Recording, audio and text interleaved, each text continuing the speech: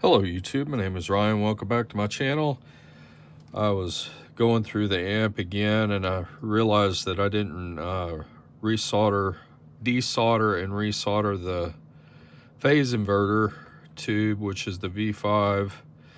And earlier I went through the schematic and I rewrote like every connection that the each half of the preamp tube should be connected to on the PCB board.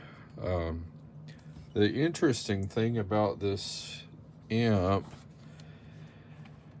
and some of y'all may know this already, and it is a lot easier to look at this when it's on a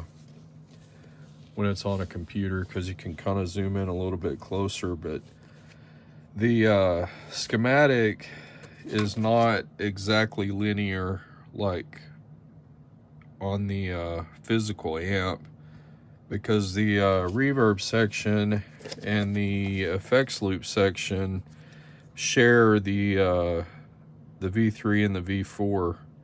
So you have V1, V2, V3, V4, and I think that may be why there were so many wiring discrepancies, because this I don't know if that's in the picture or not, but the V1A is the, let me get this light out of the way, I'm not going to be soldering just yet, but the V1A is the 1, 2, 3 pins, and then the 6, 7, 8 is the V1B. So V1A is over here, V1B is over here on the schematic.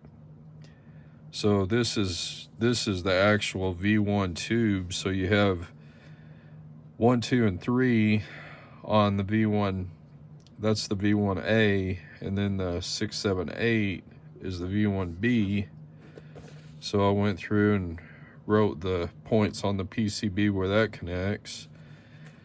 V2, both halves are together on the schematic, so that makes it a little easier to match up on here because you've got 1, 2, 3 and 6, 7, 8 on there.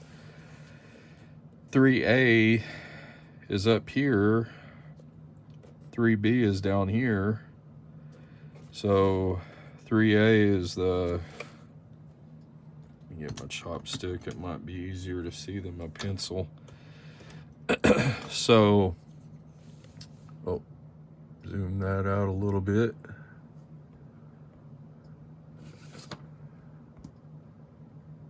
Good grief. Trying to get that where you can, trying to get that refocused, because it's the exposure is real wonky. It's one thing of Apple phones, man, with the new AI stuff and all the auto everything, sometimes it doesn't track the exposure very good. All right, so back to the schematic. V3A is over here, and so I matched those up on the board, because V3A, for example, V3A on the plate, you have R27, so that's pin 1.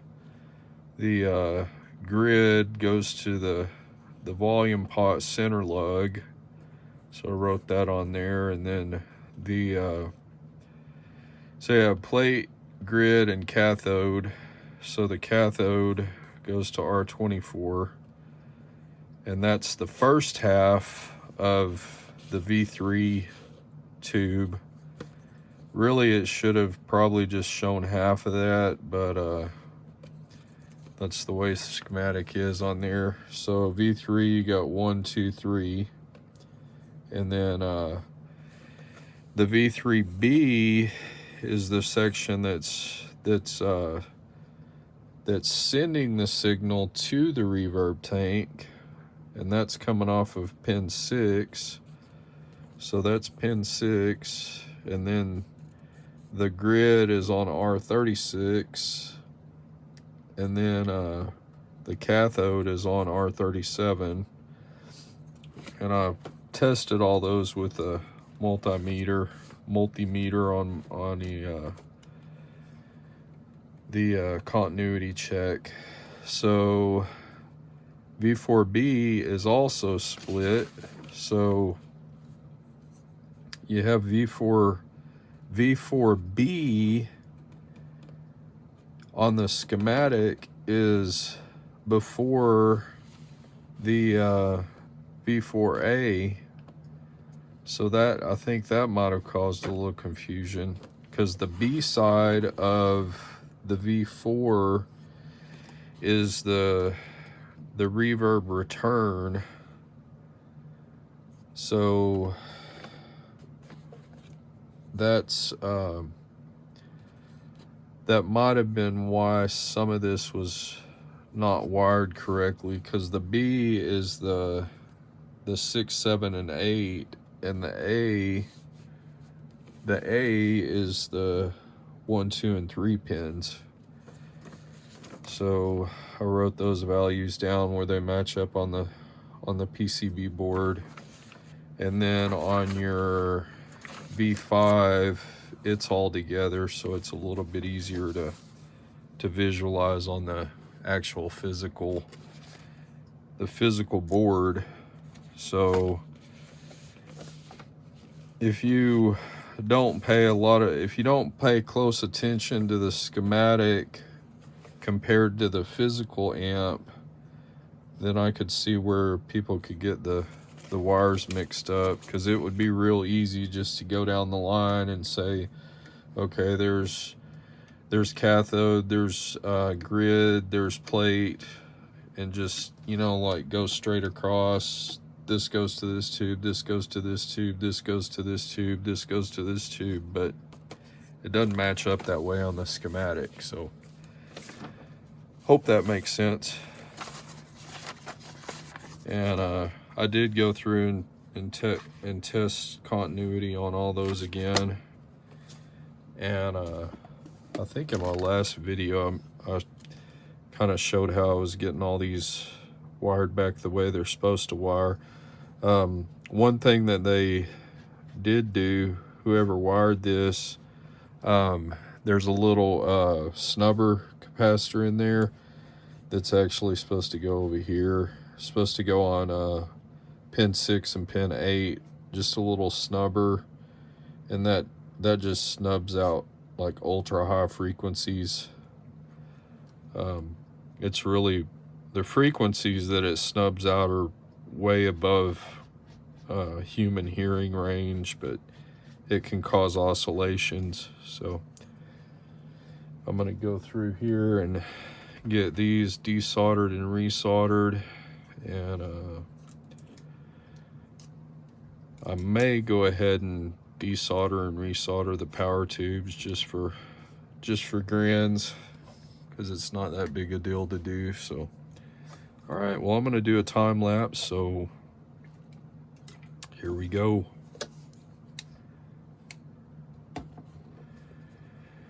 This is a pretty handy little light. It's and then I have another really handy light. This is another little trick. Let me turn this bright one off that I might mention. I got this little rechargeable little mini light that I guess I forgot to charge. Oh, there it goes. So this is really cool because you can kind of get it where it's where you can shine it through under the circuit board. Let me kill these other lights. Maybe you can see it, but you can visualize the traces under the board. So it kind of makes it, if you're trying to test continuity and find out where the traces go, you can kind of get that little light. I mean, a little mini flashlight would work just fine, but you can see the traces of the board by getting that light under there. And the cool thing about this particular light is it's magnetic, so I could put it there and it would stick. Wouldn't work very well on aluminum chassis, but just a handy little diagnostic tool. I'm gonna get in here and do some desolder, resolder. I just want to make sure those contacts are solid. I'm doing the work, so I might as well do it right.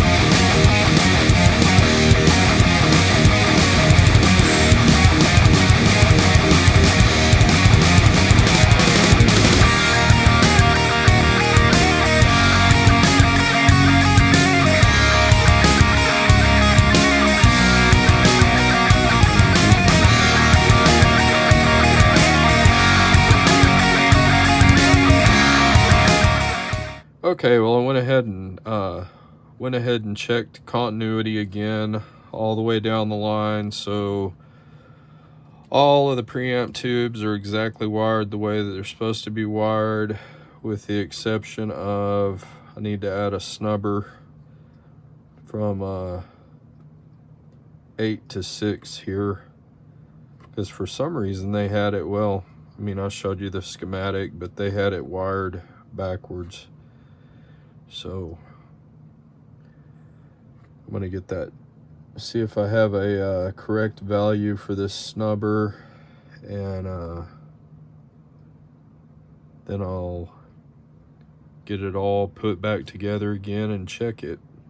So one thing I am gonna do before I get it put in the chassis, I'm gonna get all the tubes in, and then I'm gonna hook I'm gonna get a signal going through the amp and connect this to a little external amplifier that I have on my workbench, just to see if the send is sending a signal. And if the send is sending a signal, then I'll know it's the reverb tank. So, all right. Well, if you like my video, please give it a thumbs up. Please hit that subscribe button, hit that bell for future notifications, and check out the other videos on this restoration. Got the amp sounding wonderful, but prior to me resoldering all of the potentiometers, the reverb wasn't working, and I went back and watched the other videos, and I don't think the reverb was ever working. So basically have it narrowed down to transformer or tank. So just gonna do a couple of more diagnostics and go from there. So all right, well, thanks for watching. Once again, my name is Ryan. Have a good night.